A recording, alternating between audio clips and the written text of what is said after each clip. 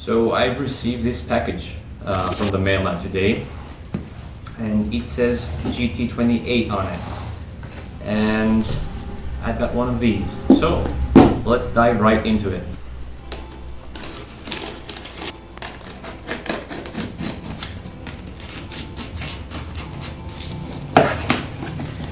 I was expecting hairdressing supplies, but let's see.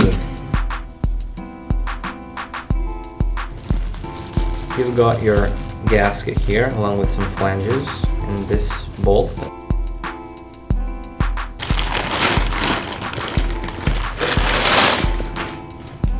There you go.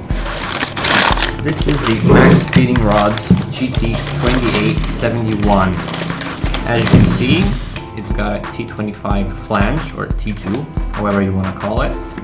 This is a wet float bearing turbo. I think that means it's basically a journal bearing turbo. So let's get into the specifications. You've always got to let your cat inspect it to see if it's any good or not. This turbo essentially is a hybrid between a 2860 and a 3071. It's fairly large for like a 1.6 1.8 cars.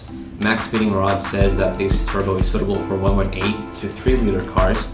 This turbo has a 71mm compressor wheel with a 0.6 AR and a 48 trim, whereas the turbine wheel is 53.8mm, 0.64 AR and 76 trim. Its internal wastegate opens up at a boost pressure of 8 psi, and it's oil cooled and water cooled.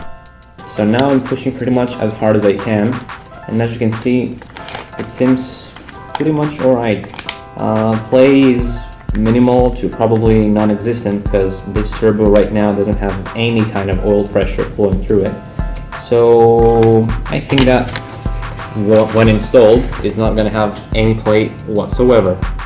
This turbo appears to be great bang for your buck on paper, and as long as it proves to be durable enough, it really will get my seal of approval. I wouldn't suggest getting it for an engine smaller than a 1.8, as there would be a great amount of turbo lag. You can check this turbo out in Maxpeedingrods website, there's a link for it down below.